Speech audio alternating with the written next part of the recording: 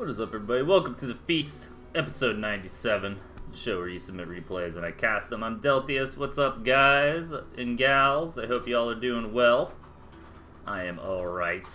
I've been playing an unhealthy amount of TFT lately, so that's been pretty fun. I'm glad to be here, back on the couch, casting some games for you nerds. I do want to talk a little bit about the gentleman's latest crazy tournament, the 21 Clues.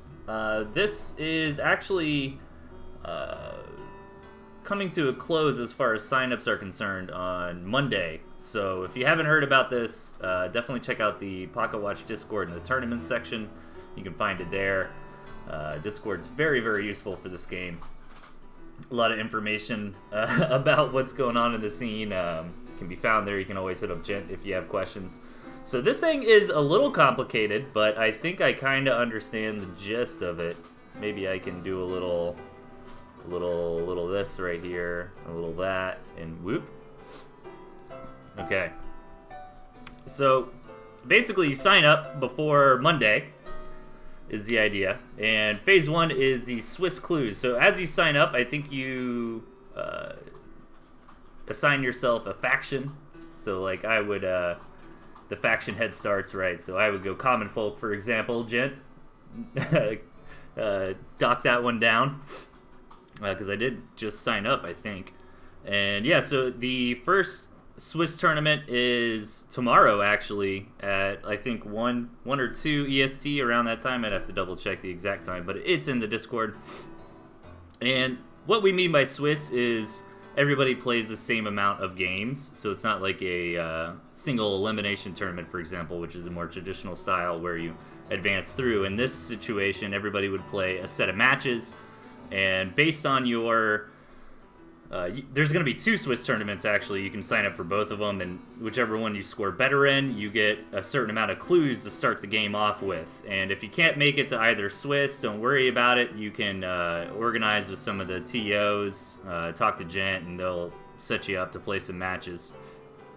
And then we go into the 4 challenges in phase 2. So phase 1, so you sign up by Monday, right? You got a couple more days to sign up, and then you play in one of the Swiss tournaments, and you earn a certain amount of points, which gives you a certain amount of starting clues for phase 2. And in phase 2, there's multiple challenges, and the goal is to complete one of these challenges to advance to the finals. And this tournament's actually really cool. I don't want to get into too many of the details. There's a Google Doc where you can read everything about it as far as the 4 challenges are concerned. But basically, you want to try to complete one of those, and a lot of it is outside of actually playing Tooth and Tail games. There's a lot of like board game aspects to this, which is pretty cool. So it's really encouraged. One of the, I think, couple iterations the gentleman was trying to make on this one was a shorter time frame for the event. You know, that way it's not as big of a commitment. You know, if you're on the fence, like, I want to be a part of it, but I also don't want to commit to it for several months. You know, it's not like that this time. I think in the doc it said something about like a 2-week ideal period, or a little bit longer than that. So it should be a pretty quick event compared to some of the previous seasons. And so yeah, so basically in phase 2 you try to complete the challenges, and the clues are really useful to doing that. And then if you are one of the players who completes a challenge, you qualify for the finals. And in the finals, it's a mix of free-for-all, best of 3, best of 5, and it should be a lot of fun. Best of 14, I like that. So it looks really cool. I'm hyped for it. I just signed up for it myself. Maybe after the show, if I've got some energy, I might stream a little bit, do a little practicing for the event tomorrow. But so yeah, guys, I'll talk about it a little more throughout the show as people kind of trickle in. So yeah, so that's pretty awesome. I know Mochaccino was talking about doing another championship series later on in the year, and I'm coming up on the Feast number 100. So I was thinking about maybe doing something special for that. What do you guys think? Like maybe a quick like single elimination tournament, you know, the TnTTV extravaganza. We'll have to think of something better than that. But that might be fun, right? It might be fun to do something in a few weeks to celebrate episode 100 here.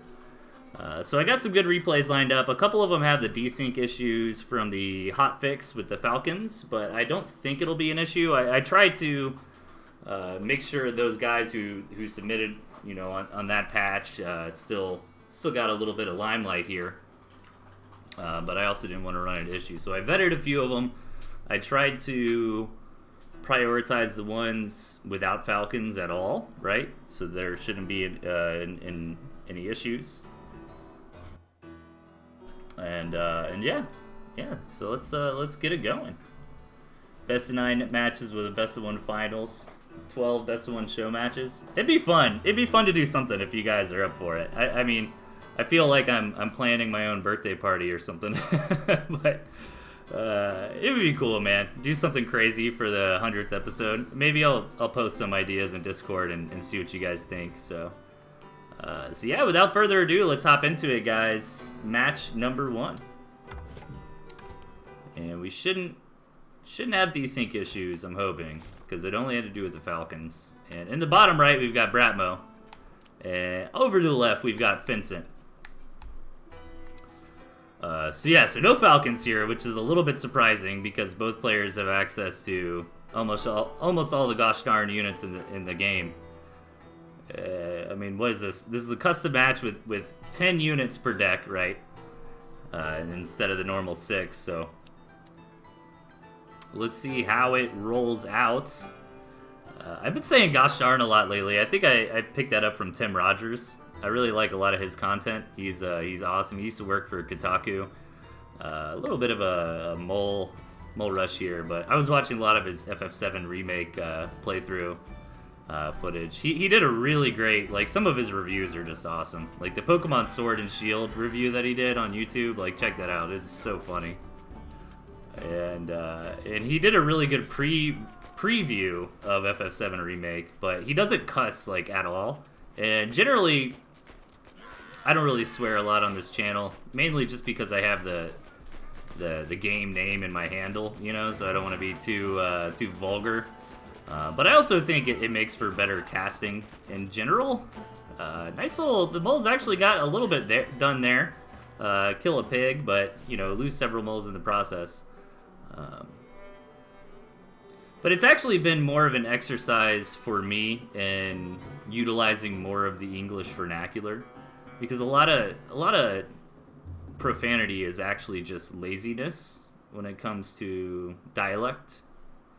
It's a lot of adverbs and adjectives that you can use over and over, right? So as a broadcaster, I think it's a little more challenging to not swear.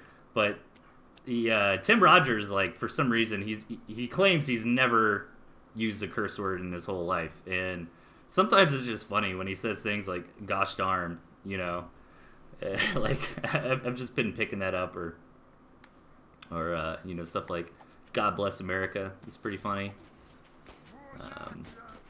But I mean, in my personal life, I swear, you know, I don't really care. It's not like a moral thing or anything like that. It's just kind of funny to me. Vincent, both players here saving up a lot of money. A little bit of a false start here in the early game, so build orders are a bit out of whack because of that aggression. And Bratmo gonna decide to get some cams. Like, what do you do with all these units, man?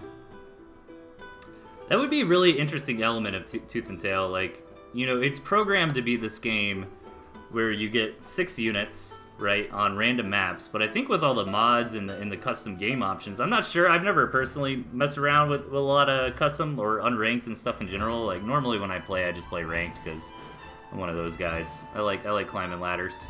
Look at all these mines too. This is really interesting. This could actually be a huge punch with these lizards here. Actually deciding to sell those off. You know, I kind of didn't mind that. You know, these mines are a little bit weird, because Bratmo's only got like 1 or 2. Oh no, I think he realized he can't go that way anyways. Yeah, that little well blocking off. Bratmo taking a little bit of a sneaky expansion there. Son of a biscuit. Yeah, but okay, so you might know this, Premium Bow. You know, if we wanted to, we could design this game to be like more of a traditional RTS. Like, I don't know what the unit limitation is in custom games, but I wonder if you could just say, I have access to all the units, you know, and then you have like a custom map that's the standard map, and we could play it that way if we wanted. But trying to cycle through like that many units would be crazy. 10 units is the highest, yeah. I figured as much. I figured if they had access to more units, they'd probably be using them.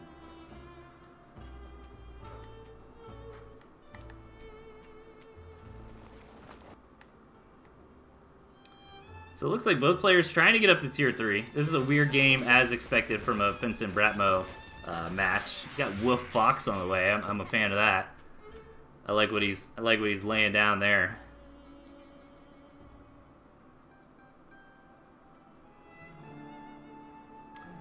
A little bit of barbed wire here, you know. Barbed wire has actually been quite useful nowadays.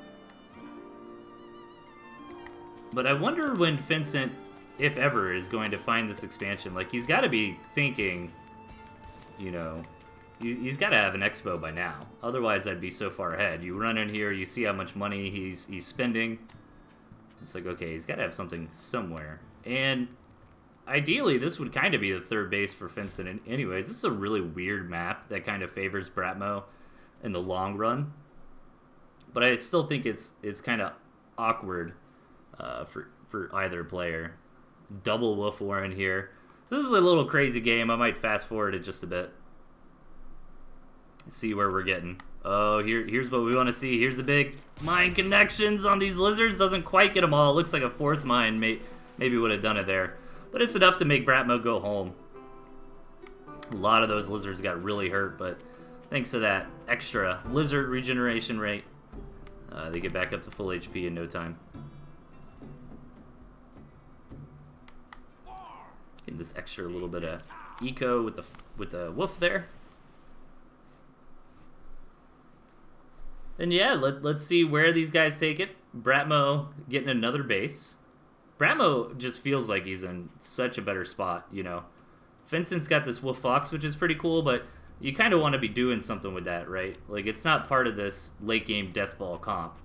At least the Fox, anyways. You know, you want to be out moving and grooving with that sucker. But getting up a couple wolves is interesting. But you know what's really funny is that Vincent doesn't have any units at all besides Wolf Fox and mines, a little bit of barbed wire. Like, this is crazy. What are you doing here? 2 wolf, 3 fox? What even is this?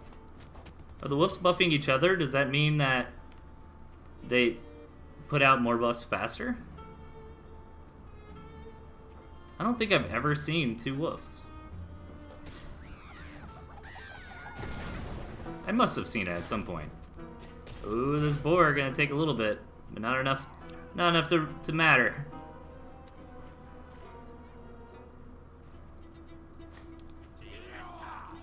Dude, wolves buffing each other.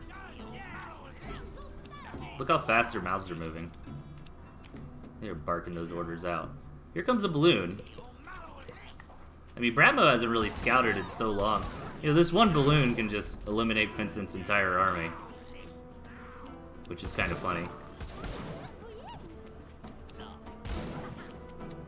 Okay, this is cool. I like where this is going.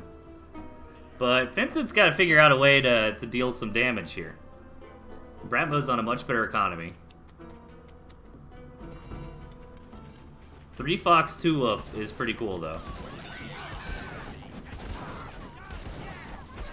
Oh, coming in. One of the foxes went down already. Another one is close. But he is going to get away. Oh, that commander is getting low. These cams can jump out of the shadow, but Vincent has his own chameleons, and these buffed up foxes are doing so much damage that, you know, that cam trap strategy thing probably wouldn't even be too effective. Bratmo coming in here, completely eliminating the second base. It's a shame for him that he doesn't know about the base at the 1 o'clock position.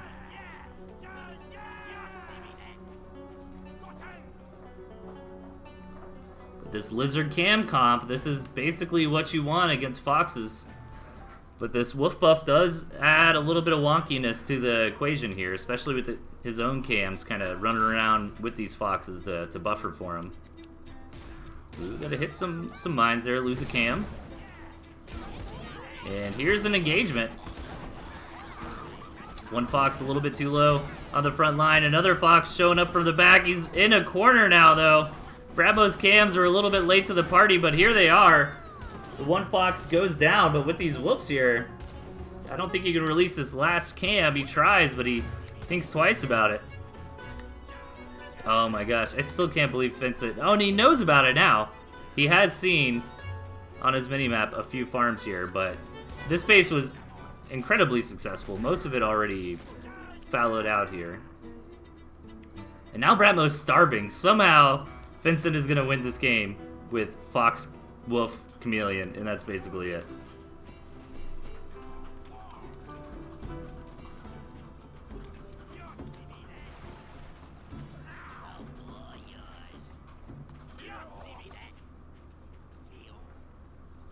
Bratmo's got nothing left. He's trying to just build a ton of chameleons here. Trying to get another base. Gonna stabilize. Now, Vincent's economy is not that great either.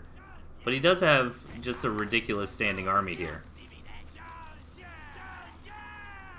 All these units being buffed by the wolf makes a huge difference. I think Vincent's got this engagement if Bratmo goes in. Oh, Bratmo loses commander. Now these chameleons are not being microed. Even still, it's a little bit difficult to take these down. Finally, Vincent navigates his way into getting that done there.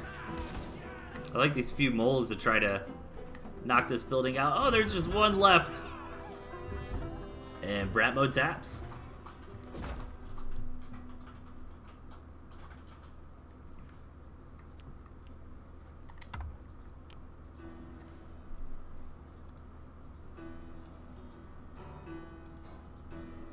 All right, let's head into game number 2.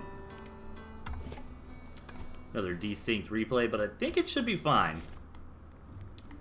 In the right, we've got Dash, and over in the top left, Dizon. Dizon's deck looks pretty cool. I like the flex pick here with the wolf. You know, if the situation's not quite right for the owl. And Dash's deck is pretty sweet too. I like the Cam Snake Fox because, I mean, the snakes can kind of serve the same role as the ferrets, you know? Like to siege down on. But it also covers this deck's weakness, which would be other tier 3 that could possibly beat the Fox. Pesky tier 2 units. So that's pretty cool. Hey, what's up, Tosh? Thanks for the raid, man. Good to see y'all. Just casted some games here. Hopefully this doesn't get desynced.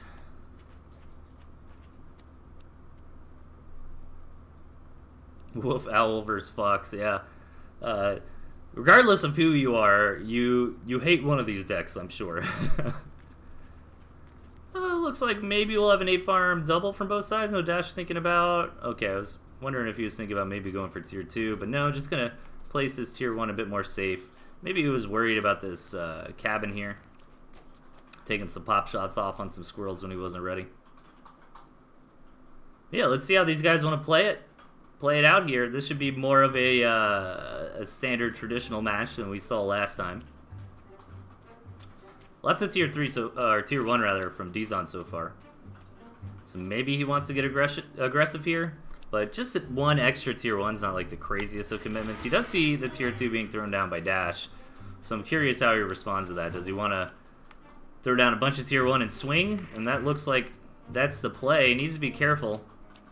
All this road as well, connecting the two bases, should really help Dizon's army reinforce. Looks like he thought about it, but decided, I'll think better of it and come attack later on when maybe I get my own tier 2 up.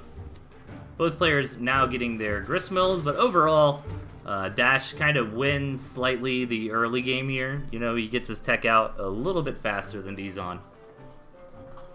Let's see if it actually matters. Most of the time, unless you're hitting a really sharp timing, it's not the biggest deal in the world.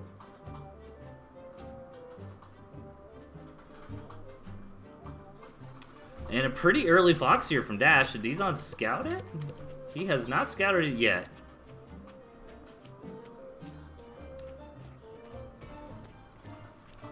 Let's see how he responds. I'm kind of keeping it in Dizon's point of view. I want to see if he manages to get that scout out this time around. He really needs to. You know, you definitely want to identify what tier 3 is coming your way as fast as possible. He's even kind of looking around. No, it looks like he's just trying to position his chameleons to be sneaky. Get a little bit of harassment in later. But did not see that fox. And Dizon's got a couple options if he does see the fox. You know, getting an owl would be nice, but it might be a little bit too late for that. I think his best bet probably would have been maybe building some extra farms and then just overrunning with, like, Squirrel Mole.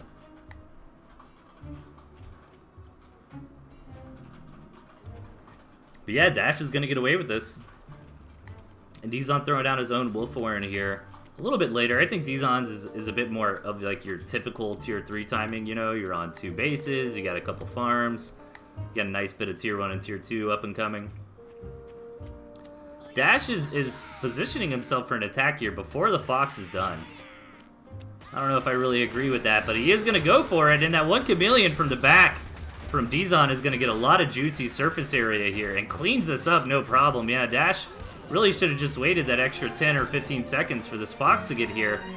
Now Dizon's got a little bit of momentum to push in, but I don't think this is quite enough critical mass. And Dizon's now stuck in between a rock and a hard place, though, because it's like if you try to pull back, this fox is just going to chase you all the way home and knock out most of these squirrels. So I think it is right to commit in with the squirrels that he had, but I probably wouldn't have kept rallying more units over, you know? But I guess that is difficult, right? Because to move your squirrels, you gotta rally. And here comes a fox. Do. 1 pig, 2 pig, red pig, blue pig. Some nice value here. Taking a couple of hits from this cabin, but gonna get home in time. No harm, no foul. Dizon looking for that right positioning here. He's got 4 cams, which these would be able to one-shot the fox if you're not careful. And Dizon took some pretty serious damage there. However, he's got his wolf out on the map now. He's still got, you know, a nice standing army, surprisingly. And he puts a big investment back into eco to try to stabilize here.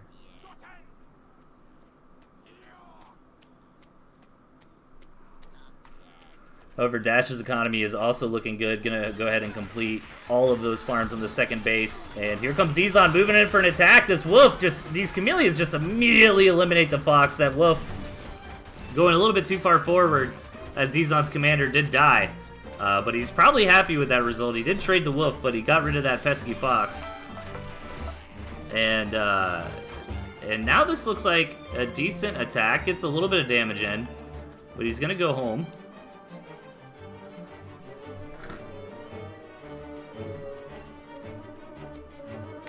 And he's gonna re-rally. Hey, doing alright. Sorry, this is Mike's wife. Yeah, sorry, I had a phone call. Old wifey answered it for me though. Hold on 1 second. I'm sorry. So both players actually opting to sell down to get back out that tier 3 here. And I think the comp that Dizon's putting together is a bit better. You know, this wolf really helps mitigate against the fox's main advantage, which is its speed. So the fox is out, but he knows that there's chameleons, so you're probably going to be a little bit more careful about just kind of harassing willy-nilly. Nice play here from Dizon, going to snipe this Warren. The fox is already here, and I can't really imagine in this game another fox being built, but great value regardless.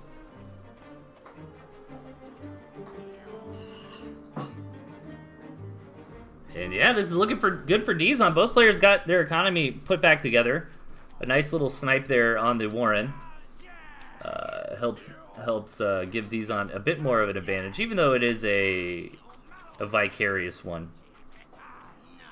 You know, again, if that fox doesn't die, then it doesn't really matter that the warren's not there. But it is a moral victory for sure. I know I'd be a little bit peeved if an opponent did that to me. And these players trying to stabilize this game and go into 3 bases, they don't want to just risk it all on one additional big attack.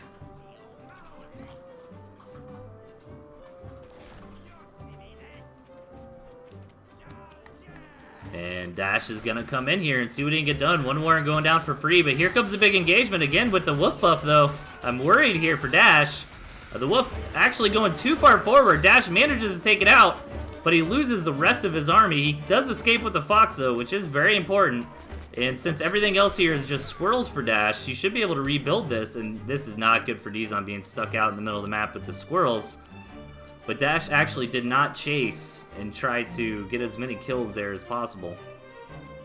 Instead, just going to wait for this fox to build back up. So that was an interesting engagement. Like, Dizon took out most of the army, but he lost his tier 3, where Dash kept his, so it balances out a little bit there. I think Dash could have probably got a bit more value by harassing these squirrels in between the fight. But gonna line up for another big engagement here. This time around, Dizon's pulling back, gonna try to get some desperation bowls out, but doing that made him lose all of his tier 1 warrens, or at least a lot of them. And Dash is just desperately trying to keep this fox alive from the cams. And again, Dizon kind of cleans up shop there. This time without even having the wolf, and here comes the big bad wolf. And this buff is going to be huge.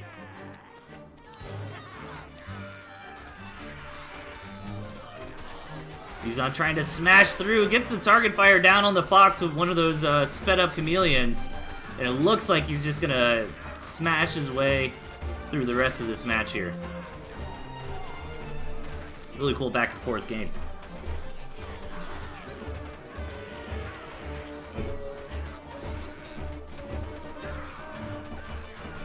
Should be it.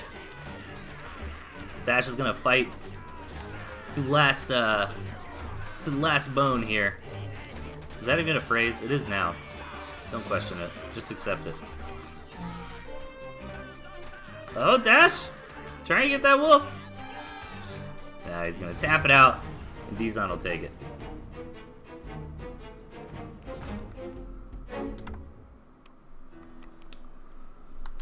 Okay, let's keep it moving. In the bottom right, we've got this guy, and to left, Haru. Big name match here. There are some Falcons. Hopefully it doesn't cause issues. But I wanted to at least give it a chance. If it does, then we'll kind of take it from there. Pretty crazy map. Well, not crazy. It's kind of even, to be honest, which is nice. I mean, it's definitely a little better for Haru. But this guy, you know, he's got a solid 3 bases. Both of them kind of have, like, their one slice of the map, you know, near the corners or near the edges. And then, like, a no man's land here in the middle with some short connection between the third base. It's actually a pretty gosh darn balanced map, to be honest. I mean, yeah, it is slightly more convenient for Haru, but it seems very, very reasonable for this guy as well. Another thing, too, that's nice for Haru here is there's only one entrance into his main and his natural. Like, both have to go through this way. Really to his third as well. I mean, I guess unless you count, like, coming up like this. Quick mill here from this guy. Where this guy does have an entrance into his main, and there is this little sneaky path around to the nat. But there is some decent water coverage out here. It's going to make attacking it a bit more challenging. This is a cool response from Haru. Seeing, alright, you're going to go, oh, but look at this guy. Not messing around. He's like, alright, man, you're going to build those slow snakes. I'm going to mold down this mill. This is awesome. I really like this. Actually just going to go for that snake, and now the mill, yep. Wow, Haru getting punished. That was a really smart opening from Haru, and he would have got away with it too if it wasn't for those pesky moles. This guy must think that he's already got that mill in the bag, and he wants to just deny these warrens. This is going from bad to worse here for Haru.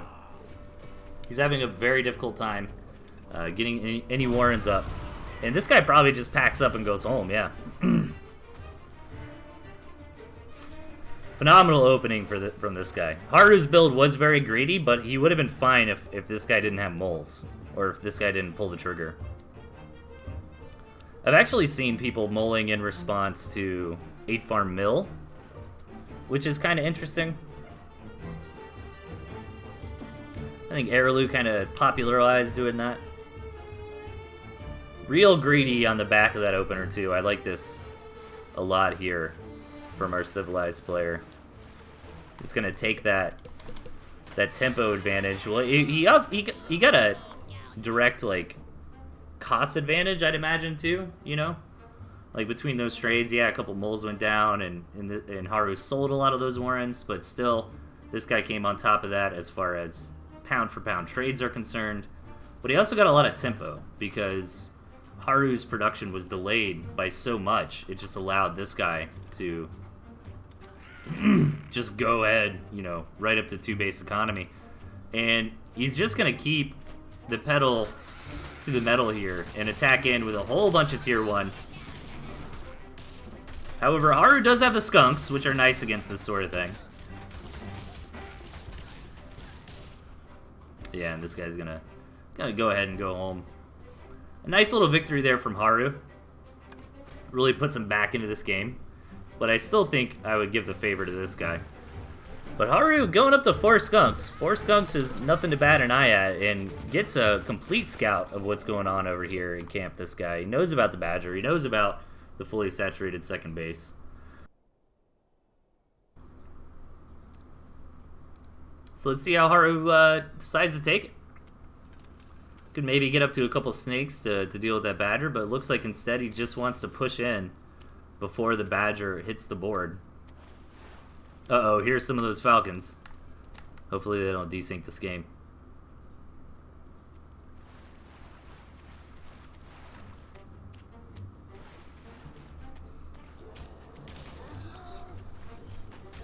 And the skunks are moving in. This guy trying to find an angle that's not already saturated with skunk gas, trying to micro back. That was, you know, some pretty good effort here from this guy, but even with the micro, these skunks just still dominate. However, the Badger is only about 20 seconds out. But it's probably not going to be enough. He's got a decent amount of Falcons put together that hopefully won't ruin the replay.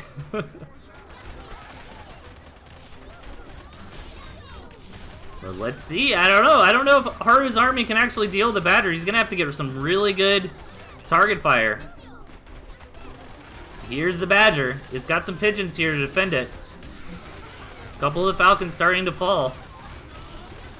Yeah, the squirrels just don't have the DPS to chew through this pool of HP fast enough, and the Badger's going to stabilize, and I think Haru's going to tap. Yeah.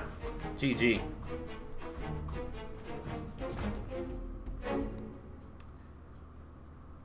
Haru trying to brute force his way into stopping the Badger and just didn't quite work out. Okay, let's keep it rolling. Match number 4, guys.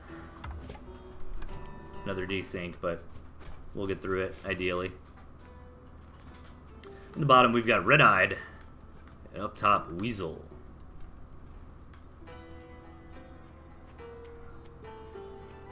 Is that a Cowboy Bebop reference? Red-Eyed?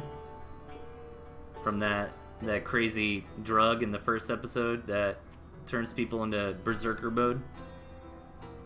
That's probably what it is. It's either that or a reference to catching the dreaded red-eye flight, right, from California to New York at like 10 p.m. at night or something.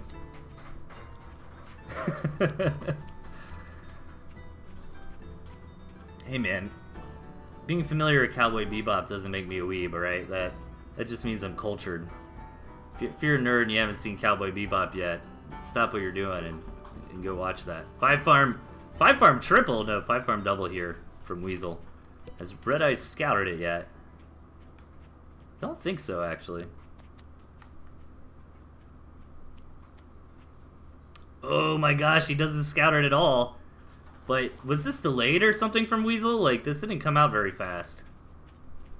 I was waxing poetically too much about the origin of Red-Eyed in the early game. And yeah, Weasel just kind of waited a while. You know, typically you can get here while these warrens are building with this. But he's still going to have a window to get a pig, which is nice. He might even be able to get 2.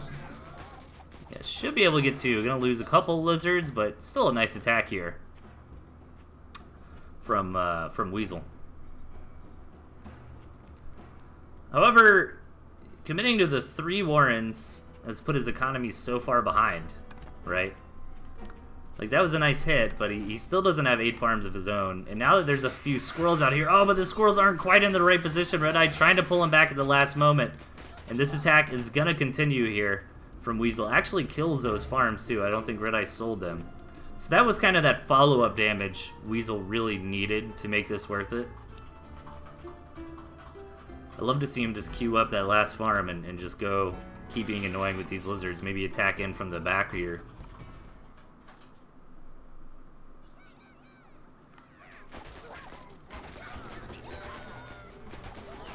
Another couple farms going down.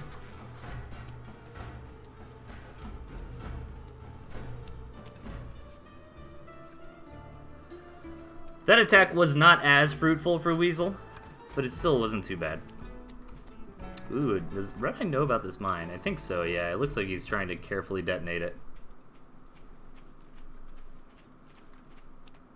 I'd like to see some follow-up aggression here from Weasel. Really try to keep the pressure on. Maybe get some skunks or something and keep going. The thing about the lizards is once you're nice and tight in here in your main base, it can be hard to get value because they really need to commit in. But with something like the skunks, you can sit there and poke the units down, which is good.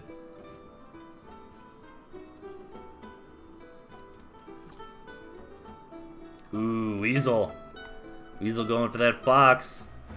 This isn't the most direct way to end the game, but it is a clever use of the advantage Weasel currently has. And if that fox does come out scot-free, then he should be able to pilot it to a victory fairly straightforward.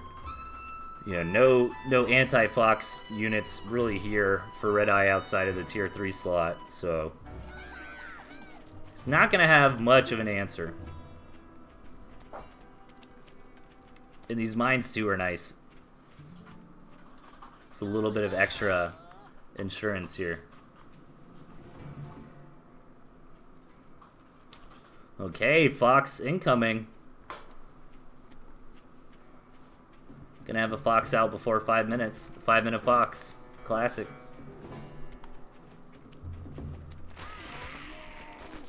Nice scout here by Weasel. Sees tier 2 on the way. Sees the skunk. Sees the second base. And Red-Eye just hasn't been in for a scout in a little while. He does know about the second base, but not seeing that fox is definitely a death sentence. But outside of the fox, Weasel doesn't have a whole lot. I mean, he is just building lizards, so the skunks aren't going to be as great. But I think in these kind of unit numbers, the fox is just gonna wreck face, especially with all these mines here.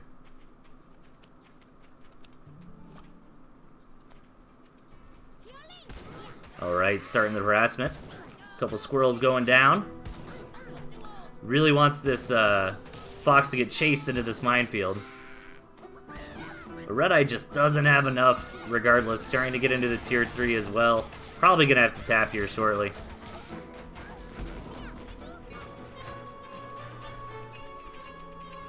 Red-Eye's just got to keep this harassment up. I like this, you know, go home, let the fox heal up a little bit, spend your money.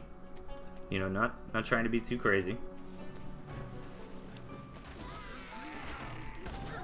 Red-Eye's got some big plans, man, in that tier 3 and that third base, but I don't think that's what he needs. He really just needs more units. He needs more squirrels. The wolf would be good, though. As we've seen in the previous match, the wolf buff can really mitigate that fox's harassment potential, since now your units can move at the same speed as it.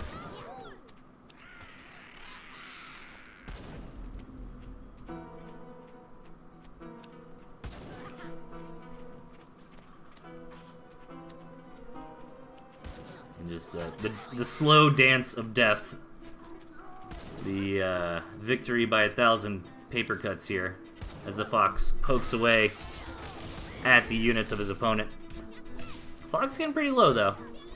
A few pigeons here to help patch it up, but yeah, I think Weasel could just all in at this point. Red Eye really doesn't have enough left to contest this. The wolf gets out, but it's too little too late. This fox should be able to clean up shop fairly straightforwardly. Oh, the wolf is still alive, but probably not for long. Oh, needs to be careful. Got in there a little bit with the target fire, but that wolf going down. And that should be the rest of the match. Red Eye taps out.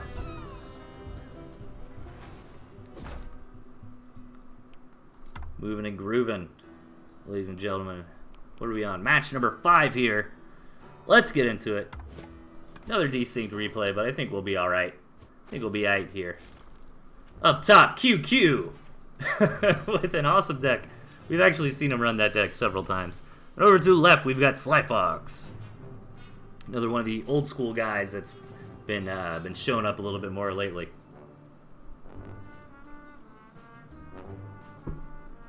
This should be a fun match, QQ. Always a pleasure to watch. Using this very off-meta, kind of crazy deck here. But we've seen him, pilot this to success before. And this is actually a pretty good map for QQ to try to do something like this. He's got this classic castle start, as I like to call it, where you got the 4 mills and that like square right at the beginning. And once he takes these outer mills, his territory will be stretched out pretty far, and should be able to start placing down those balloons and barbed wire in some pretty contentious positions.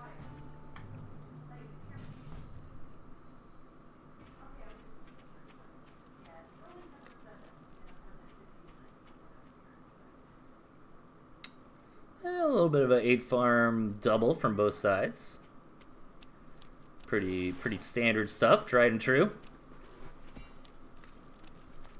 A nice little mine going down on the way out. It's actually a great time to try to place the mine when it's not going to be scouted by your opponent. And nice little eco build here from QQ to start. Let's see, Slyfox looks to be following suit. Looks like he wanted to place on this mill, but is going to wait until he drives away the enemy commander.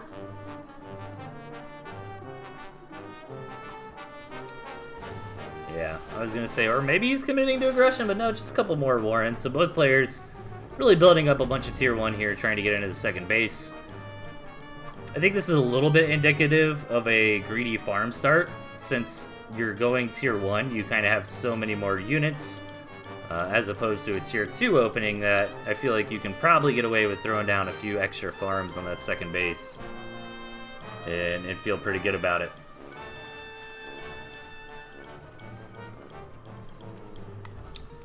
Alright, QQ. Sneaky. A little bit of water is going to slow down his retreat. Oh, and he doesn't get the pig. He pulled back just a fraction of a second too quickly. I was going to say millisecond, but that's a little crazy. I was going to say centisecond, which would be more reasonable, but nobody ever says centisecond, so it felt weird. What's the 0.1 in the decimal? Is that hecta? Hecta? I don't know. Nobody ever uses it. Gonna try again with these lizards, throwing down a boar on the back. Oh, and again the same situation. Fool me once, shame on you. Fool me twice, can't fool me again. Owl on the way here for Fox.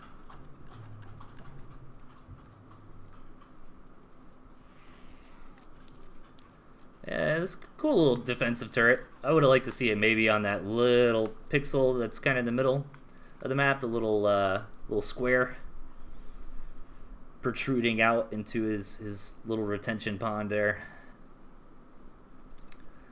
And both players gonna macro up. And again, when you're building all these defense, you know, the other player has the opportunity to just invest that money into farms rather than defense. QQ gets the scout on the Owl Warren.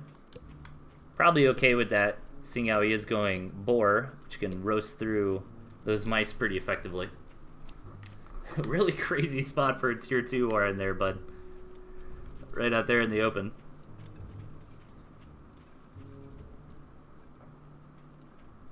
Yeah, and Slyfox just hunkering down, maybe thinking about a third base, scouting around the map. Lots of lizards here, finally going to trigger that early mine. And here's the Big Daddy Boar coming down. Coming down to clown. Gonna make Slyfox frown. Roasting that turret, no problem. The critical damage on the boar is just so crazy. Gonna come in here and start roasting these pigs. The owl is here. The ferret as well. QQ just wants to poke his opponent to death. Gonna take this mill, QQ. Senses he's got an advantage, he wants to keep it going. He is floating a lot of money, but you know, he's attacking, so that tends to happen when your units aren't dying. Having this territory will be real nice. He can even throw down some more lizards warrens, of course. Those balloons, probably what he's after. More turrets coming up for Slyfox, but turrets are just not going to work out against what QQ is bringing to the table here with the boar ferret. Well, gets a couple tags with that snake. Really wants to hit the boar though. This boar is dropping her in HP. But I do like the boar against a single owl. Can roast down those mice pretty nicely.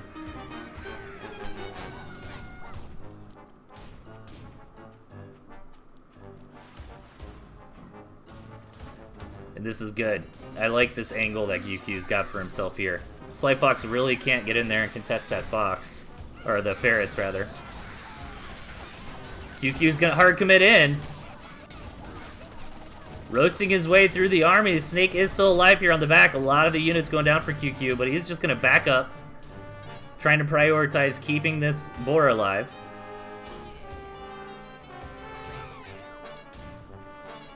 Wouldn't hate to see a proxy balloon here. Oh, I'm getting worried about this boar. It is getting low.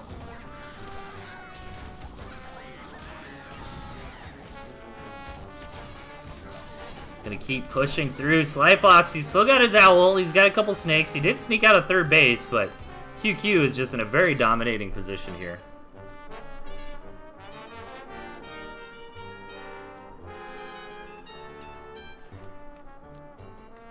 And this board just takes forever to regen all that HP. Good use of these ferrets in between these fights as well. Just poking down whatever value you can. These mice gonna do pretty okay against the barbed wire, but it's still gonna slow Slyfox down a good bit. Sly really pushing in. Wow, a lot of those lizards finally going down to the skunk gas here. Might be overextending with this boar just a little bit too far. The boar is gonna fall. This is the beginning of Slyfox's epic comeback. QQ's done so much damage. He's still got a really good economy. It is going to be difficult to ever save back up for that boar, though, with all the tier 1 warrens just constantly eating all the food as it comes out.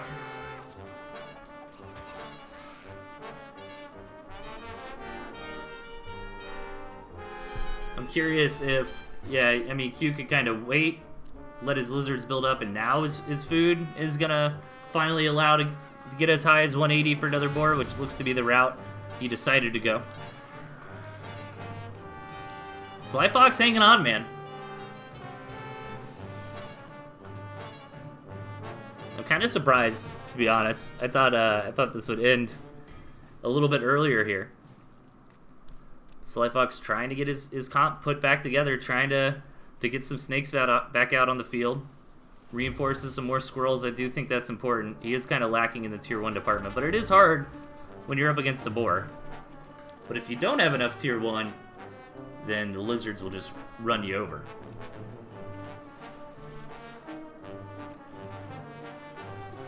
QQ did decide he doesn't need the ferrets anymore. Really commits to some balloons next to this 4th base of his.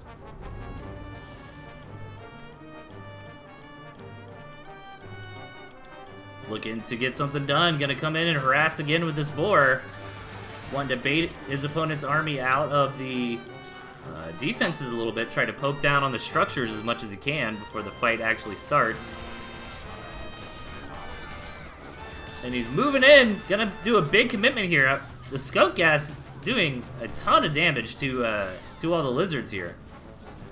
Good micro from Slyfox, just gonna try to run away from that boar. It's got a death sentence with all the poison. And Slyfox actually manages to keep up a couple of his critical units here. Man, if Slyfox could get up to maybe like a 2nd owl, he'd be in real good shape, but this is going pretty well, surprisingly. QQ's just gonna commit to 1 million lizards and see if he can run this army over before Slyfox gets the opportunity to get all of his pieces put back together. The answer is gonna be yes. Plenty of lizards left over here to knock out this base. I think he should have just targeted down that mill. But instead, some of the reinforcing units here from Slyfox are gonna defend, but Slyfox did take a lot of damage there. And with QQ just building a tier 1 army, he's reinforcing just so quickly. You know, compare these tier 2 and tier 3 build times. Now he can get this mill, and I think that's the death sentence here for Slyfox.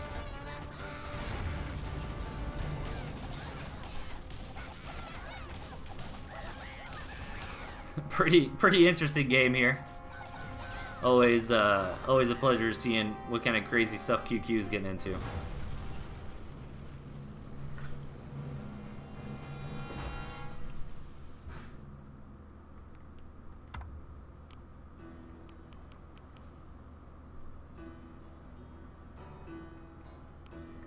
All right. Got a submission from a new person. So welcome, Wild. Thanks for the replay. And let's take a look.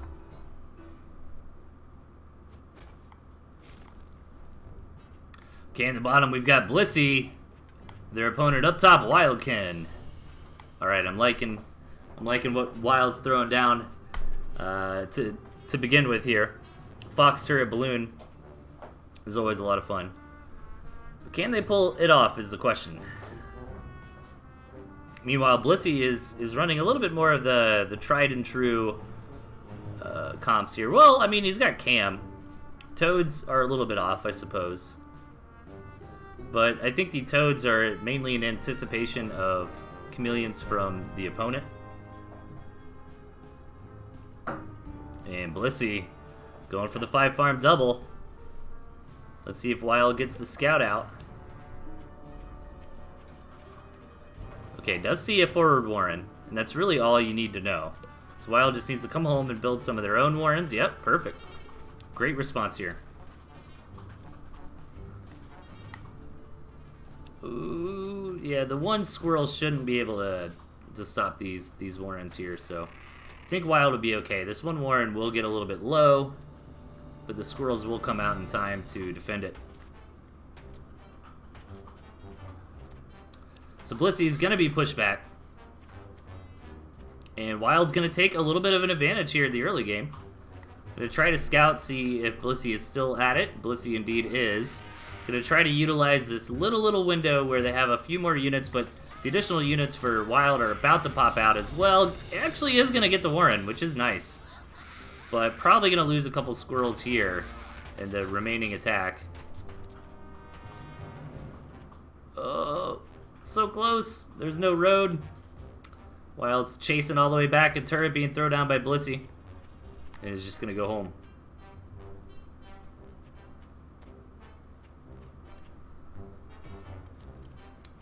So good job there from Wild. Bonus points to sell the turret. Yeah, beautiful. Yeah, Wild, you're playing awesome so far. Very good for a beginner.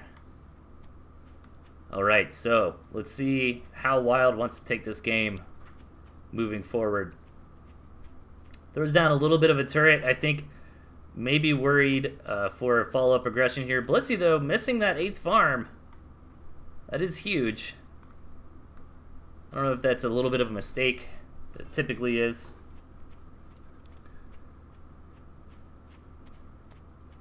And now, after getting a scout in, Blissey can decide how, or either player really at this point, needs to decide how they want to take it from here. Do you want to macro? Do you want to throw down a bunch of tier 1, be aggressive? Do you maybe want to tech up with some tier 2 and do a follow-up attack? This turret really isn't needed anymore for Wild. But one turret's not too bad. You know, one extra turret. I don't like the second turret here. Yeah, this is a lot of defense at this point. So maybe it could be warranted with a quick fox, but typically you don't want to spend too much in the early game on defense. Blissey building up some cams. This actually could be useful though if Blissey's plan is to just YOLO in on one base, right? Because Blissey hasn't expanded yet. I would be more worried about that defense if Blissey had an expansion. But Blissey doesn't. Blissey actually is signaling, okay, there's the mill. But that might just be a manor mill at this point. Like, well, I guess after you scout the 2 turrets and the balloon, you're probably going to shift gears and say, all right, let me just macro up.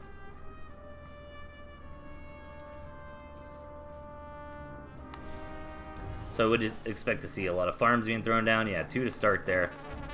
Wild taking their own base.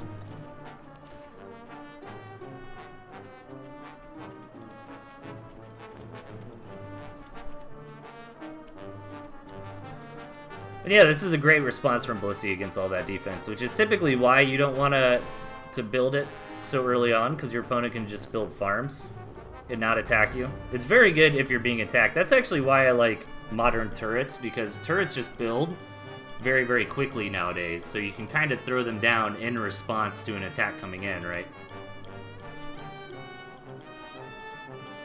Both players just kind of building up. Lots of squirrels here from Wild.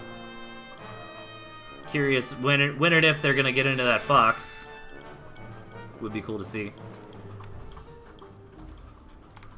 And that 5-minute mark has come. So we're stuck a little bit here in the mid-game as both players are just kind of deciding when they want to attack and with what comp. I like this piggybacking of the defense here. I'd like to see that balloon sold too. Yeah. See, this I can get behind a little more, especially when the balloon is, if you creep it up even closer, you know? I mean, a balloon on like that hex right there would be crazy. I think that'd be in range to hit a couple of those pigs.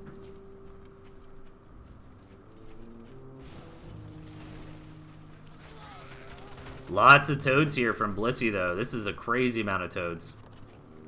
They really need to make an impact, or that's just going to be so many units going into the bin right when they explode.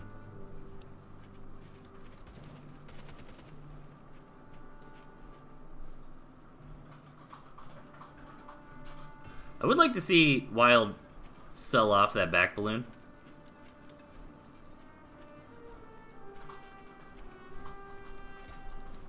Yeah, there he goes. Very nice. See, this is cool because now this defense is starting to become pressured. You know, gonna contain in a little bit. Damn, those turrets are not in range of that mill, just barely. And I think that was a cool mill by Blissey, probably to just slow down the defensive creep here. But Blissey's gonna go for it to defend that mill. A lot of these toads blown up and not getting the connections they need and attacking in to all that defense. I mean, Wild really won that engagement.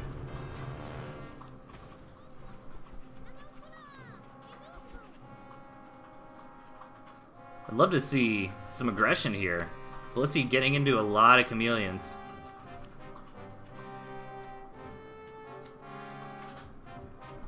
Oh my gosh, my dinner is ready, and I am so hungry.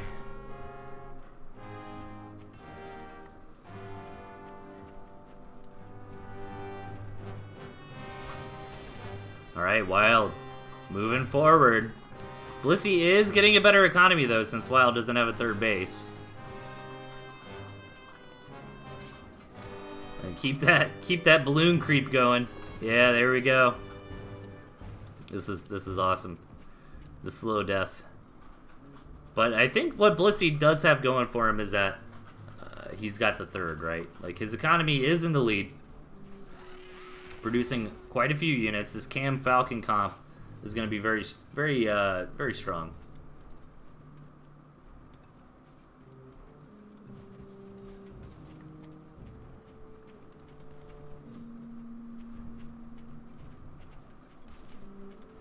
And this is a little bit awkward for Blissey because he really wants to attack, but into this defense, it's gonna be rough.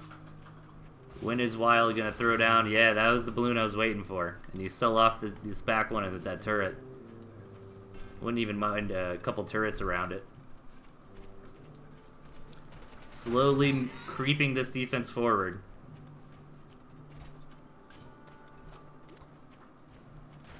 But I think Blissey is playing around this pretty nicely, just trying to keep the economy nice and big. Probably wants to take the attack. Like, this is probably a good angle to attack into, since a lot of this defense isn't being used. And the Fox Warren does go down here for Wild, which will definitely be a nuisance with all this defense to defend it.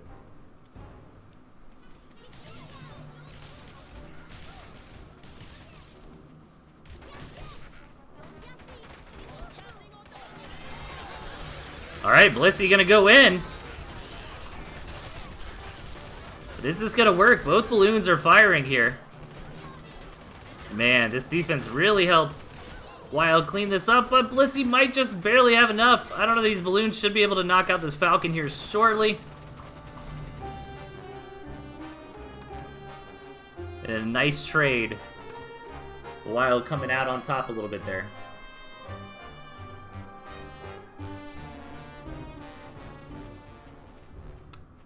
Ooh, the Fox is almost here too.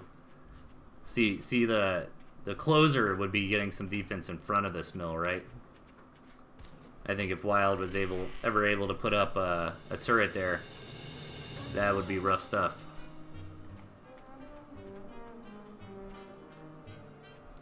Okay, and here comes the Fox. I like this. Go ahead and get some free bacon. Everybody likes free bacon. This is going to trigger another big commitment in from Blissey. Please be careful not to lose the commander, but I don't think that's going to be an issue. Good micro on the Fox. Bringing it back. I think the commander did go down. Yeah, Wildkin, you're playing awesome. Doing great for a beginner.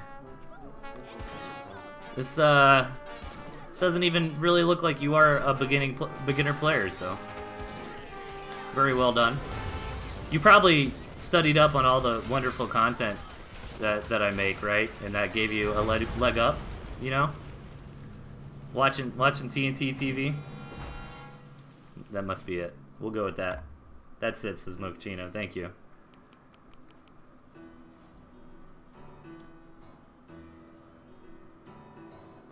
Okay, guys. If you are not aware, the 21 Clues is coming up. The first Swiss is tomorrow. Definitely sign up for this event on Discord by going to the Gentleman's 21 series at this point. Discord channel, you can find that in the Pocketwatch tournaments as well. If you're not aware of it, it is going to be a pretty fun tournament. It starts off in a Swiss round where everyone's going to play, get some points, which will determine what clues you get, and then the goal is to complete one of the faction challenges in Phase 2, which has like some to do with playing Tooth and Tail, and then other parts of it are like a virtual board game, essentially. And the top 4 contestants are going to qualify for the finals. This is going to be pretty fun. It's one of the Gentleman's crazy tournaments, you know, so definitely not your typical single limb run-of-the-mill event. There's a lot that goes into the rules and the format of this. But it looks really fun. I mean, it's essentially like playing a board game, you know, mixed in with Tooth and Tail. So sign-ups for that are Monday at the latest. So ideally, if you can sign up tonight and then you can play in the Swiss tournament tomorrow, you can actually, there's going to be 2 Swiss tournaments. You can play in both, and whichever better result you get is the one that gets recorded. So check that out if you're not aware. I'm sure most of you watching this are probably aware. You're pretty diehard Tooth and Tail nerds. But if you weren't, definitely sign up for it. We got a few more matches here tonight, and then I am gonna get something to eat because I'm starving Marvin. And yeah, let's hop into it. Game number 7. Another desync, but I think we're all right. I think we're fine. Over on the right, we've got Super Maru. And the top, Epicosity. Wait, Maru is not Marmu. Or is it? For some reason, I was thinking Marmu. I mean, Maru's got to be a reference to the Terran Korean player in StarCraft 2.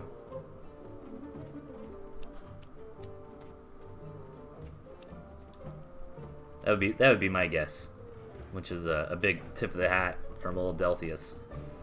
I love watching pro StarCraft. I keep up with it constantly.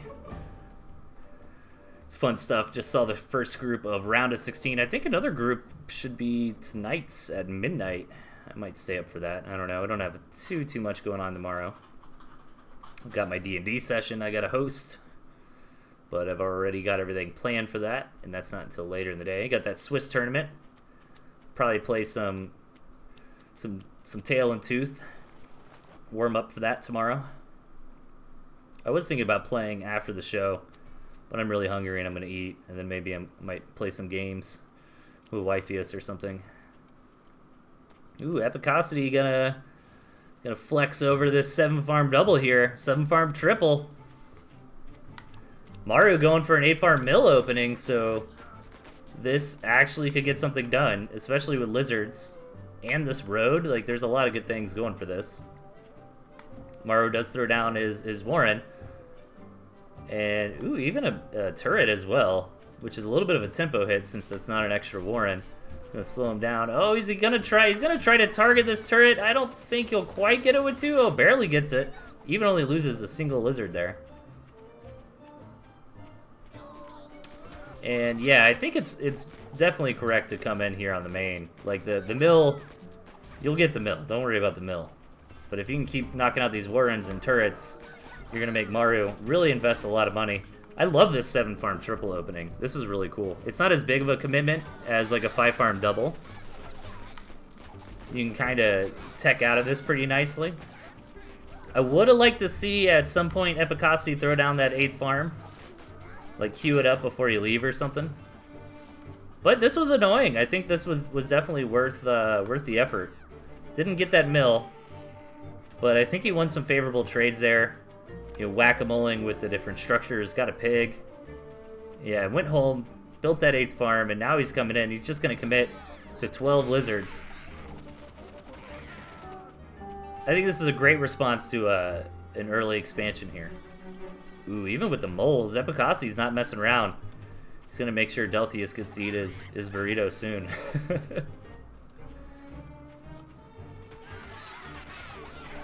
This might be a little bit much, though, fighting into this turret. No, he is going to get it.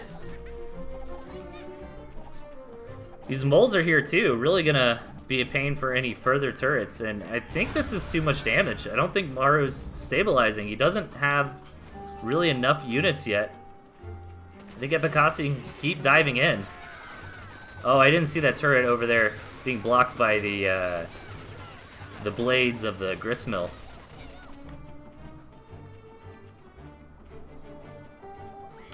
Yeah, that was a bit of an overextension, but not bad. He still did get that Warren. Or the turret, at least, for his troubles. And going to change it up into Squizzard. You know what I'd like to see would probably be like like throwing down a skunk, right? And then attacking with Squizzard Skunk and reinforcing the moles if you want to keep the aggression up. Like, I think you could wait an extra minute for the tier 2. You know what I mean? I mean, Maru's having to spend so much money here on turrets. He's very, very worried. But I like that from Epicosity. That was fun. That was a fun early game. That last a little bit of attack there gave Epicosity a lifeline back into the game. Ooh, this is a interesting transition here into Quad Skunk. Quad Skunk, very, very powerful. 4 Skunks just get so much gas down so quickly. Have a lot of HP between the 4 of them. This is very good. I just realized how like hyper aggressive Epicosity's deck is. I don't really understand the wolf in there. Because I don't think the wolf and the skunk really synergize that well. I mean, the wolf is just a good unit regardless, you know? Buff up your economy. Even on squirrels, the wolf is a great buff. But typically we see players try to synergize that wolf with tier 2 like Falcon or Cam. That can really get a lot out of it.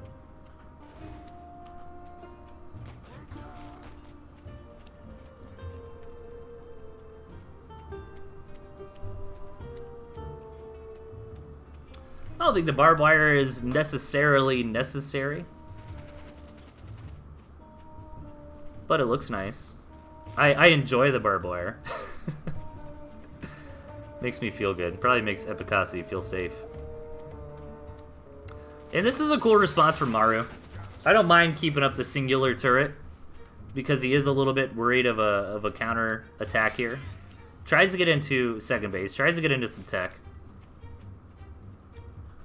And, you know, if this game just continues on without Epicosity attacking, that initial advantage he got is going to dissipate slowly. And really, after that overextension, you know, the advantage wasn't crazy.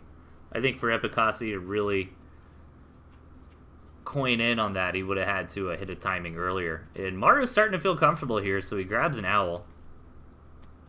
Yeah, going to sell off a little bit of this barbed wire here.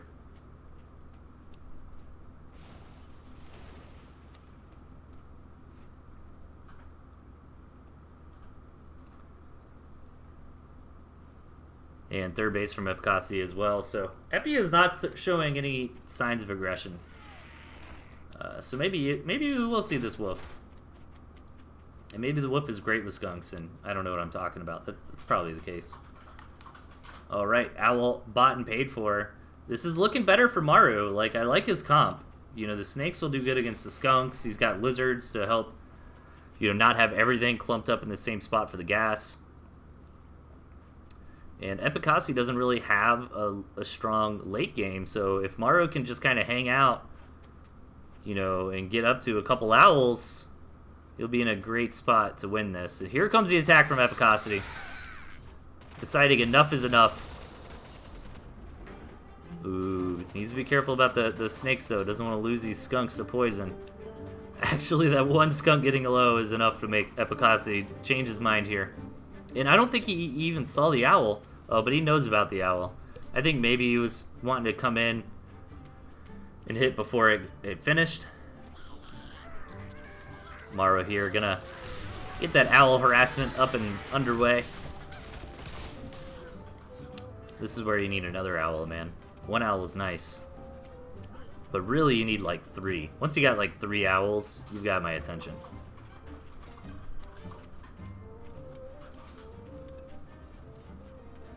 My cat, Smoky Butt, looking cute, wanting attention. Oh, almost had a cat on the lap. She decided against it.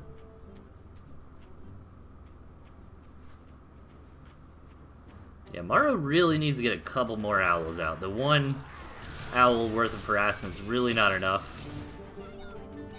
Nice job trying to chase this home, but is gonna get punished for it. Losing a few lizards there. Yeah, here comes owl number 2. This is what we want. This is what people are paying to see. I mean,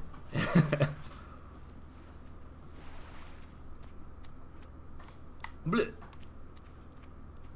I like the lizard flank getting set up.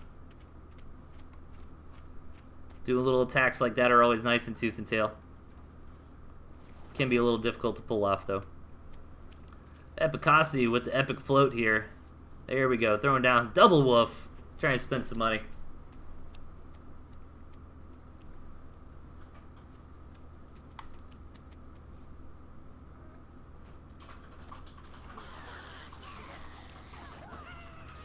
Ooh, the lizards. He's just going to try to hard focus this owl, but he's not going to get it. This game is just looking better and better for Maru. Epicosity floating some serious money here. Needs to put it into something. Whole bunch of tier 1. Just build like 50 lizards. And I just don't think Epicosity really wanted to get this far in the match, you know, with this deck here. It's very, very early game oriented. I also think Maru's being a little bit shy with the owls. Like, I wouldn't hate to see a third, even a fourth owl warren. I mean, it looks like he's pretty safe at the moment. 10 skunks and 2 woof.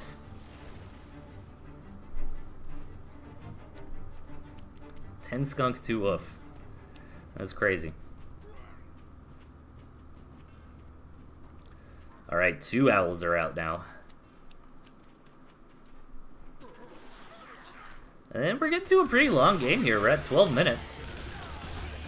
And now this owl harassment will start being effective. You know, this game will eventually halt as the third bases are the only ones still mining. And once that gets farmed out, you're kind of out of gas there. And Maru does have a really good spot here, having this additional 4th base. I'm going to go ahead and macro that up. But Epicosity should be able to get in there and knock that out with lizards very easily, especially if they're wolf buffed. And these wolves are even going to make this the clock that Epicosity's on shorter, as he is now mining out even faster. But he is collecting more money quickly. This is rough for Epicosity here, because he's the one who's got to make a move. That's a lot of units. But the longer he sits around, the better this gets for Maru. More turrets, more owls, more money. And here's the big push. That is so much skunk gas. Oh my god, 10 skunks buffed up. Jeez, Manelli. Mom spaghetti. That was crazy. That's ridiculous. So it's unnecessary. What are you selling down for? You gotta get rid of the lizards, actually. Look at all that gas, man. So much gas.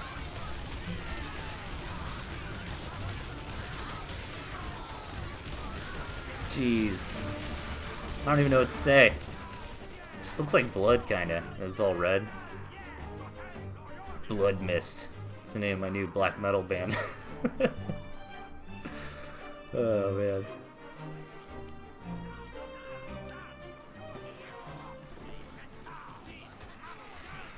You could get away with a name like Blood Mist if you were just, like, really good tech death or something.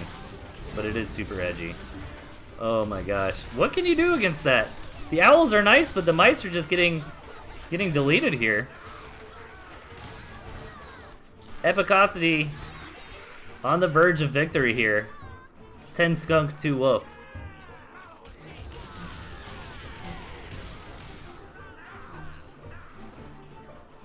I mean, if you're Mario, do you 5-head it and just go straight air? Like, your skunks and wolf can't hit me here. Epicosity is starving though. He's no longer mining. He needs this base. I don't think Mario can contest it. I think Mario could have won this game. Well, he still can. It's not over just yet, but I think he really needed to get more owls. You know, if he would have had like 4 or 5 owls, you just zap Brainigan your opponent to death. That is just so much gas.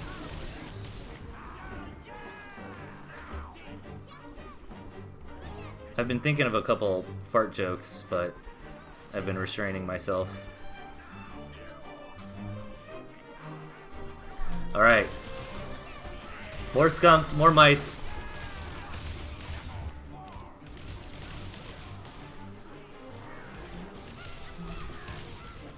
I mean, I don't even know what to say anymore, gentlemen.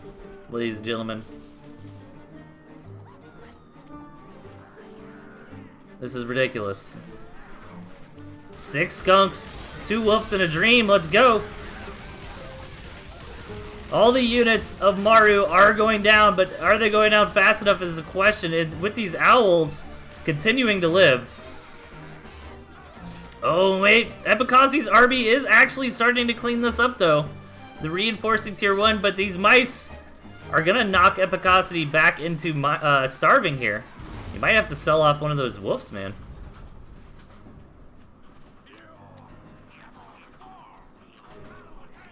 I'm gonna sell down the skunks. Gotta keep the 2 wolves. He doesn't even have enough units to effectively use both these wolves here. Bofa. Maru's moving in. Both players are starving. The owl's going down. A couple snakes left. Oh my god, is Epicasi gonna win this? Okay, he's gotta sell stuff off and rebuild very, very quickly. You got 20 seconds to build a mill. Alright, alright. You'll be fine. Dude, you gotta sell a wolf, man. Like, I appreciate the enthusiasm.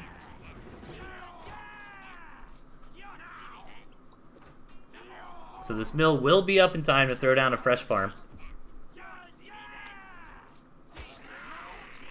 Pretty close, though. I think it was like 5 or 6 seconds. And Epicasi's got a better backup army. However, Maru is getting a couple pieces of his puzzle put together. He's got a single snake. He really can't afford to lose. With this wolf buff, though, I think Maru just made a huge misstep trying to come out here and attack before his owl was ready after committing to that additional owl. And that is going to be it for him. I think Epicasi's going to win it. And I think we got a little desync there at the end, but I think that was Maru tapping out. GG.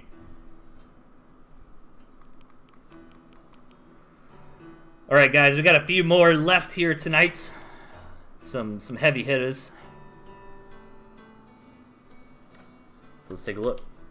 Thanks again everybody who continues to send me replays. Feel free to send me your games, ToothAndTailTV at gmail.com. On the right, we've got Mochaccino. On the left, we've got Jacoby. I think I confirmed it's Jacoby. See you later, Premium Boat. Have a good night, everybody.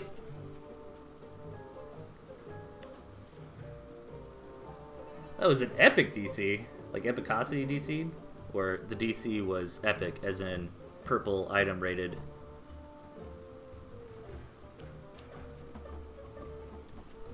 Yeah, what have I been up to? I've been playing the past couple days. I got super addicted to TFT. That's been a lot of fun. Still playing a little classic WoW, but I'm mainly just showing up to raid at this point. Log on every now and then between. Maybe play some PvP or do a little grinding. But it's fun. I'm having a good time. We're killing it. We're doing Molten Core and Blackwing Lair in one night now. Just one sweaty night. Actually, we do it pretty quick. We trying to get our time to like 2.5 hours. We do ZGs. I don't think I'll be able to make the ZG tomorrow, though. Apparently, once AQ comes out, that's the raid.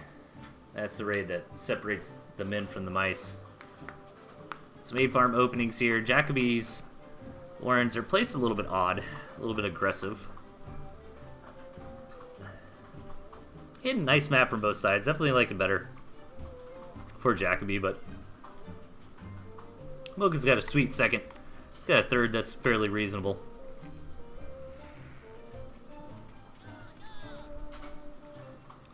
Looks like Jacoby wants to put on some pressure, but there's not really a window to do so. Now that he lost his commanders, Mocha can come in here and clean up some of these unmicroed units. Good decision making there.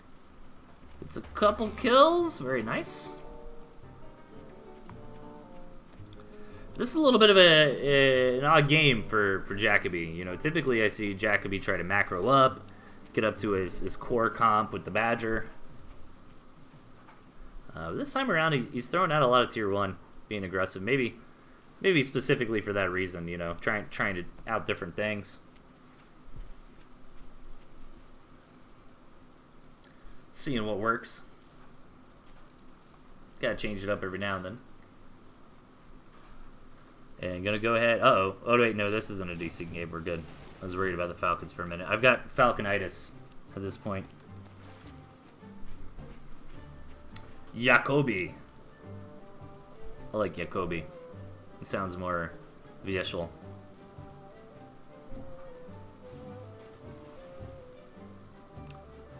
And pretty similar stuff. Oh no, yeah, Jacoby wants it, man. This is one baser. One baser racer.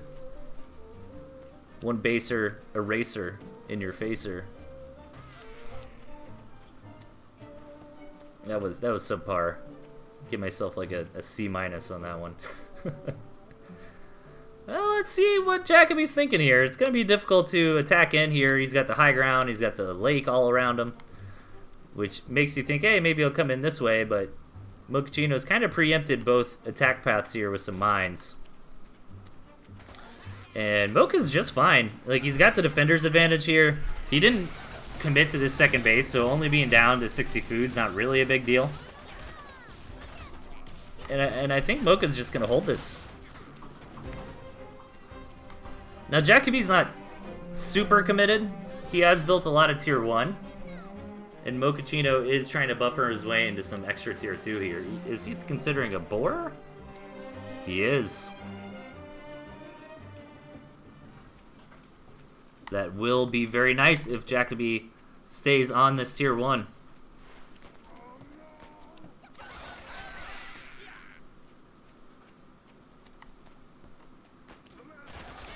Nice scout there from Jacoby. He sees that Mocha hadn't really taken any farms. I think Mocha kind of was aware of that and decided to throw down a few farms. But at this point, you might as well keep them. Like, the 5-minute mark's almost here. And the clock's ticking here for Jacoby. He still hasn't made a second base. So this is the big attack.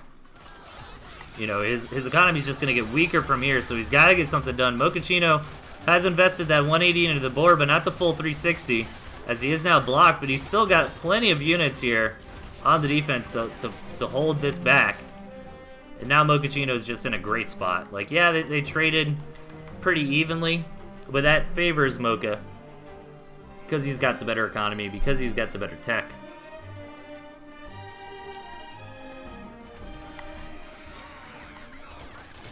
Jacoby knows he's all in and is going to respect that and continue putting the pressure on.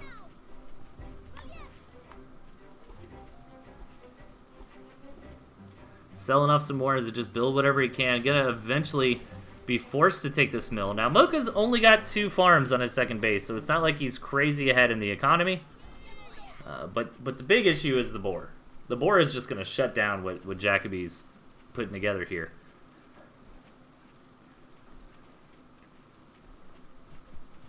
Jacoby finding a little bit more of an advantageous attack angle here. Jokobai. How many different ways can we pronounce Jacoby? You can say Jacoby, which is, I think, what I prefer to say. You know, it's interesting about American dialect. And actually, a lot of you viewers are European, so you probably don't know this. But Southerners like myself tend to pronounce hard A's and O's and E's, where Northerners tend to pronounce them softly. Like, for example, the League of Legends character, Shaco. I say Shaco, but a Northerner would say Shaco, right? I don't think I have too much of a heavy Southern accent. I'm sure I have it a little bit, but it comes out in certain words. Like, another one is weekend. See, it comes out real hard on that one because I basically pronounce that E so hard it becomes an A, right? And I say weekend, where really it's weekend. There's a lot of examples like that, but I notice that a lot too or especially with like,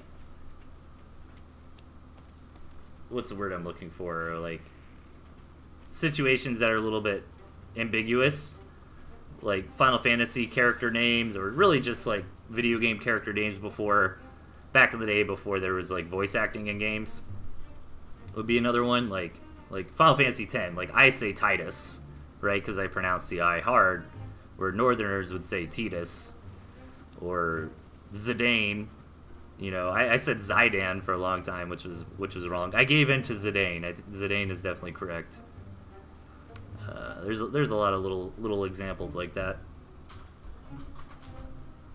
Pokemon names. I used to say Pokemon, but I say Pokemon now. Pokemon just makes it sound like so much more juvenile. I mean, it already is juvenile to an extent. You know, not really. You know, it's cool to be into whatever you're into. I'm into Pokemon. Not as hard as some people are, but Pokemon, you know, it just sounds like a little kid saying it. You want to play Pokemon?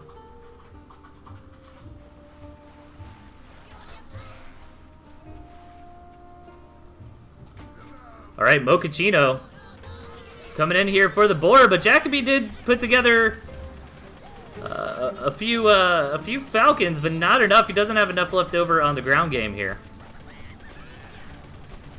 And this board might be able to take Mochaccino to a victory.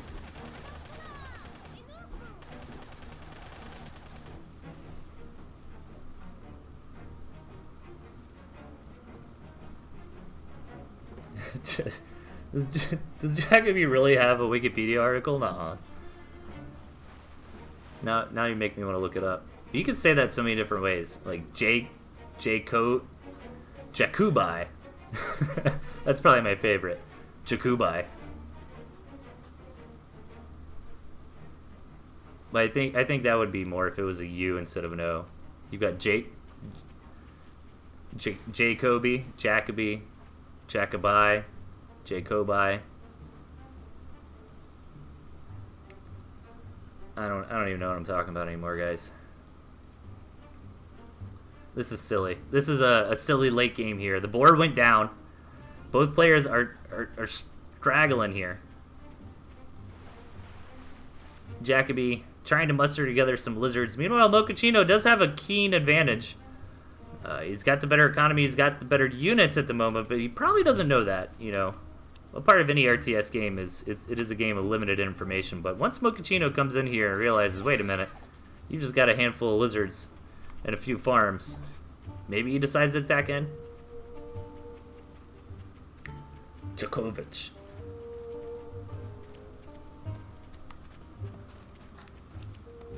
Ooh, look at this runaround from Jacoby. I love it. Realizing he's probably not going to win the upfront fight, but he loses like all his units in the process. However, he gets a lot of farms down. I don't know if he's got the economy to back this up. He's got a queued farm too. Yeah, he's going to have to sell that and build as many lizards as possible. But I think this counterattack from Mochaccino is just going to win the game here. Those mines really dealing that extra damage that Jacoby did not account for. Nobody's talking about you, Jacko Bioby. And Jacoby's going to do the only thing you can do in this position and try to base race, but he simply doesn't have enough lizards.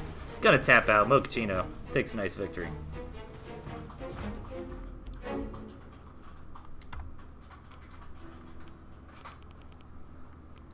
Alright, guys. Couple more games. And that'll be it for today. We got the Swiss tournament tomorrow. That's going to be pretty fun. I'm hyped for that. Save your replays from that, too. That'd be some good fodder for some more replay casting for sure. Alright, this one was desynced. But apparently it's a pretty gosh darn good one here. Against everyone's favorite Raccoon, Blue Coon. And everyone's favorite dev, Eoluminatus.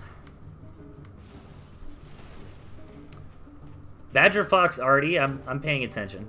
I'm listening. 4 farm mill, alright. Is there shenaniganery here? Is there shenanigans afoot? Are these guys goofing off? Hanging out on Discord together? Or is this a proper ladder game? Nobody knows. Dude, 5 farm already? Is that happening? Is that what you're doing, Eel? Eel, look at me. Pay attention. Where are you going? You're saving up 180 food, aren't you? What is this? Is it are we partying? Is it time to party? The double arty party? Mother of God. Who put it down first? I think Eel did. We got an arty party here. Yeah, Blue Coon decides, nope. Gonna pull it back a little bit. See, there's no falcons. Falcons tend to be pretty good against artillery cannon because they're never quite lucky enough to hit one of those flying units out of the sky.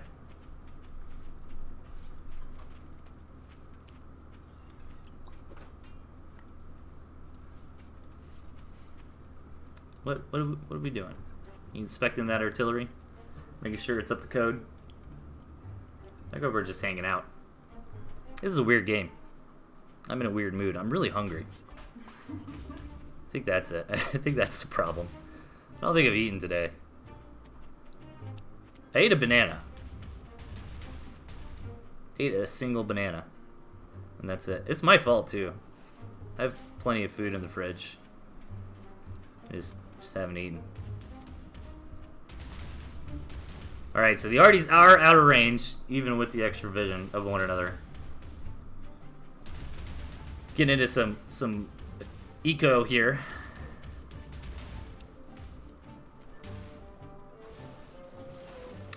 Is this just what are we doing? What are we doing here? It's the first time I've ever seen artillery used to take down a cabin. I think we're gonna play artillery whack-a-mole this game. Like, is that the strat? Are you gonna try to throw down a cannon over here, Eel? Are you listening to me, Eel? There it is. It's gonna get. It's the most overkill to knock out a campfire I've ever seen. Oh man, Blue Coon ruining my dreams here. Oh, but he's gonna get a RD right here.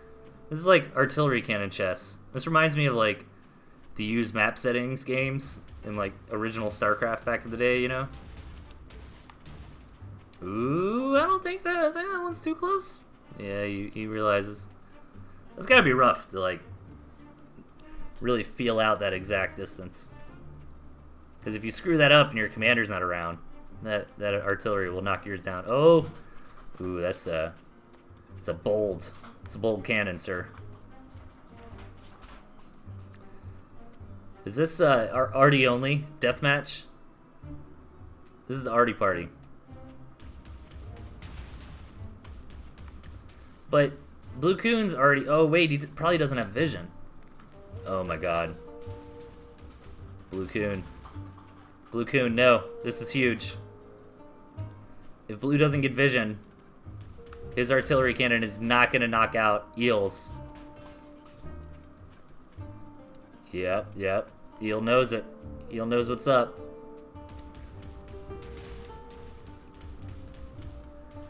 Of course, this is the game I have to cast when I'm waiting to eat. That's okay. I love it. This is pretty crazy. This must just be an arty only challenge, obviously. These guys are just boot goofing. Ooh! Oh, a little careful there. You only got 123 back on that one. Jeez, the range on these things always surprises me.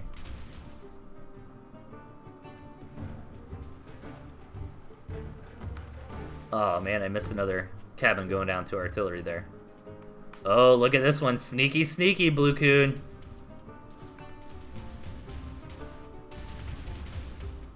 They're just having a dance. If only I had like a custom mod where there'd be like rainbow rave colors, you know, for the cannon particles. That'd be pretty sweet. Alright, so Blue's got the secret arty down. Ooh, here it comes. Is he gonna get this cannon? Is that in range? It is in range, mother of God. Blue Coon getting some serious work done here. This is not looking good for Eel. Oh, he needs to finish off that other base, though. Oh my God, he's got vision on this one. This is actually kind of cool. This is more interesting than I thought it would be.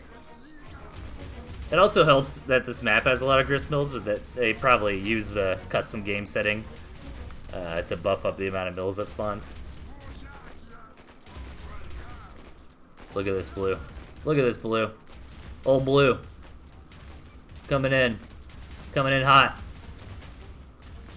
Ooh, doesn't want to lose that commander. Needs to heal up. He can get that cannon. Oh, this is looking real good for blue. I think this might be checkmate here. Now, Eel can take this cannon, which is nice. Maybe start creeping his way. He doesn't have enough territory to really creep his way further. Maybe if he took that campfire. But this is looking disastrous. Blue even got one up right there. This one will get some work done. Yeah, this is not good. Checkmate, nerd. Dude. Can we have a custom tournament? A custom Artie War tournament? Because I would love to see that.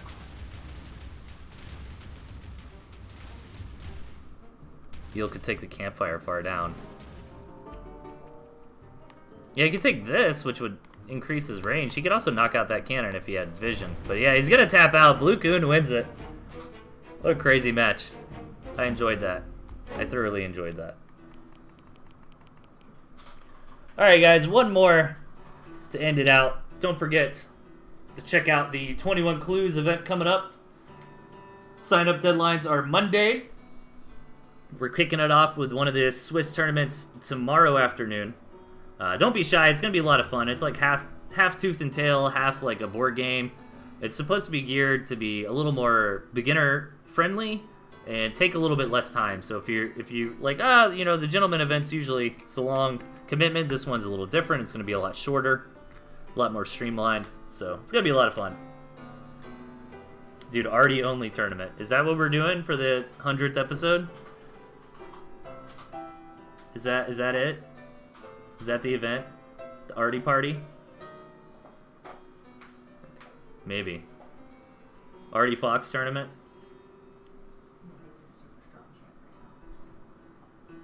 What if it was like Artie Fox Falcon, right? What if we did an Artie Fox Falcon tournament? Because then you have a nice little rock, paper, scissors going on, right? Like the Artie beats the Fox beats the Falcon beats the Artie. Falcon come too early? Yeah. That is true. I don't know. That'd be fun. We should figure something out, man. It'd be fun to do something crazy and wonky for our 100th episode. That's 3 weeks from now would be the 100th episode, so we got a little time to think about it. Alright, guys. One more match. Artie Pigeon. Let's hop into it. In the bottom right, we got Big Pipitosh. And over to the left, the gentleman. Okay, both players with Snake, Owl.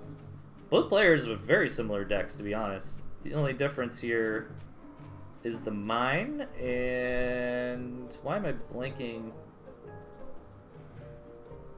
Yeah, it's just the mine and the can. Other than that, the exact same layout. Artie Fox Owl. I mean, Artie Fox could be fun. Like Artie Fox tournament only.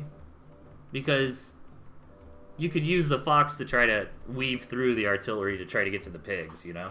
So that does actually make sense. And if it's only like one artillery cannon, you could probably micro with your Fox and you'd be okay. But that was really cool, man.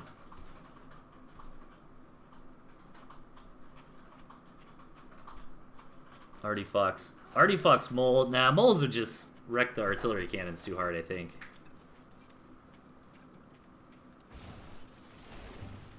I mean, just the straight up artillery chests. I mean, I don't think we want to. Do we want to muddy the waters too much? You know. Artillery chests looked like a lot of fun.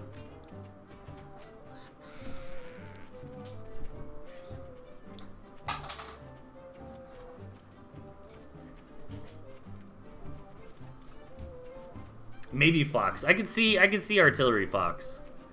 Because I do like having that micro potential, you know, trying to bob in and hit pigs and stuff with your Fox. Does seem like a lot of fun. Big Pimpatosh here. Get that early skunk, or snake rather. Meanwhile, Gentleman's ecoing up pretty nicely. You probably did on the back of seeing that tier 2 Warren go down. So Tosh is going to have the tech lead. Ideally, you'd like to come in and get some damage done. This is a really rough map for Tosh. It kind of breaks my you can't cry Imba rule. Because as long as you have easy access to a second base, you know, that you can't cry Imba about the map too hard. But this time around, Tosh actually doesn't have that. Can't really take a base here because it's too close to the high ground up here of his opponent. Can't really take this base because it's too close here to the gents as well.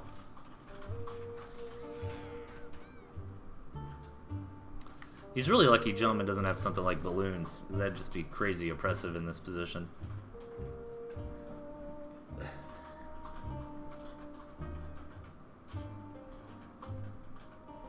Dude, I'm thinking some live artillery chess games would be pretty fun for the anniversary show. All right, Owl on the way here for Gentleman. Really playing this as macro as you can get. Building a lot of tier 1 to really buffer his greed, though. Like, Tosh is committed to nothing but army. And Tosh might actually just bust through out of that's a lot of tier 1 Warrens, though. The Gentleman should get enough reinforcing units. A nice attack here from Tosh, but he did lose his cams. He did get a couple Warrens out of it, though. But the Gentleman's still got a really good economy. Tosh did manage to make enough room on the map for himself to grab that second base, though, which is nice. But it's still a rough second base. I'm gonna come in here and snipe down these mines. Gent really wants that Owl, gonna sell off a Warren to get it. And the Owl would be pretty good here. Even in small numbers like this, those mice would make a big difference. But Tosh, knocking him down to one base. Being very, very aggressive.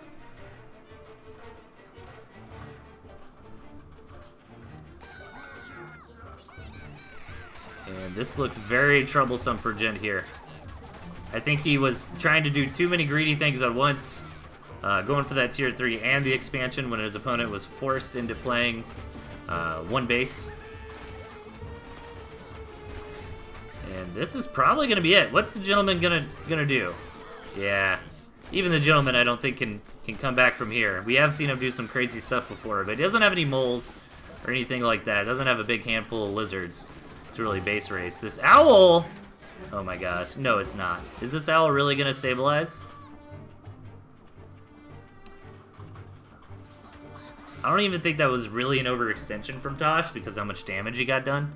It was just a stabilize from Gent. So Gent's not dead yet. But Tosh is still in a good spot. Is this the beginning of the Gentle comeback? The Owl can really shine in low numbers like this. These mice become very, very relevant. If that cam goes down, the cam did go down. This is looking better and better for Gent. Oh my god. Is this happening? Is this real life?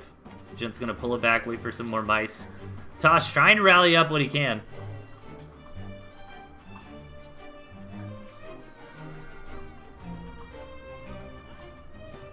A few more lizards here.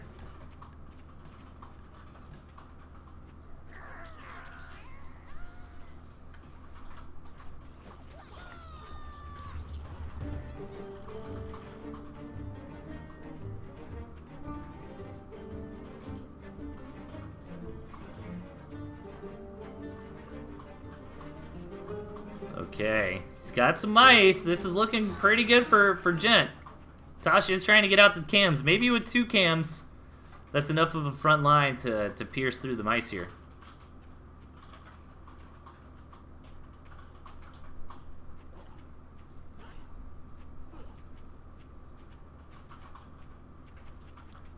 Gentleman trying to get the right angle. I think he wants to do a little bit of try to get this pig in the process some collateral damage. Jeez, my brain is barely functioning. Very good attack here from Gent. Again, mainly just losing the mice. Knocking out that last pig. Tosh coming in for a desperation counterattack. Actually able to clear up all the tier 1, and he's just going to focus down the mill. Both players starving. And Tosh is barely going to take it. Awesome game.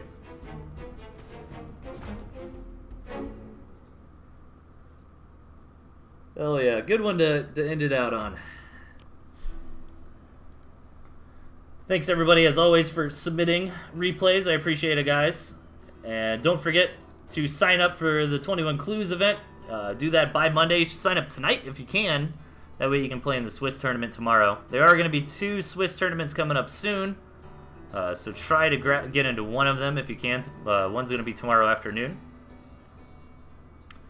And that is it. I am going to get something to eat. I appreciate it, everybody, for tuning in, as always. Ziggy, do I have a replay from you? I see you seeing in the chat. Oh, it might have been... I think I did, but it might have been one of the desynced. Maybe. I don't know if I got a replay from you.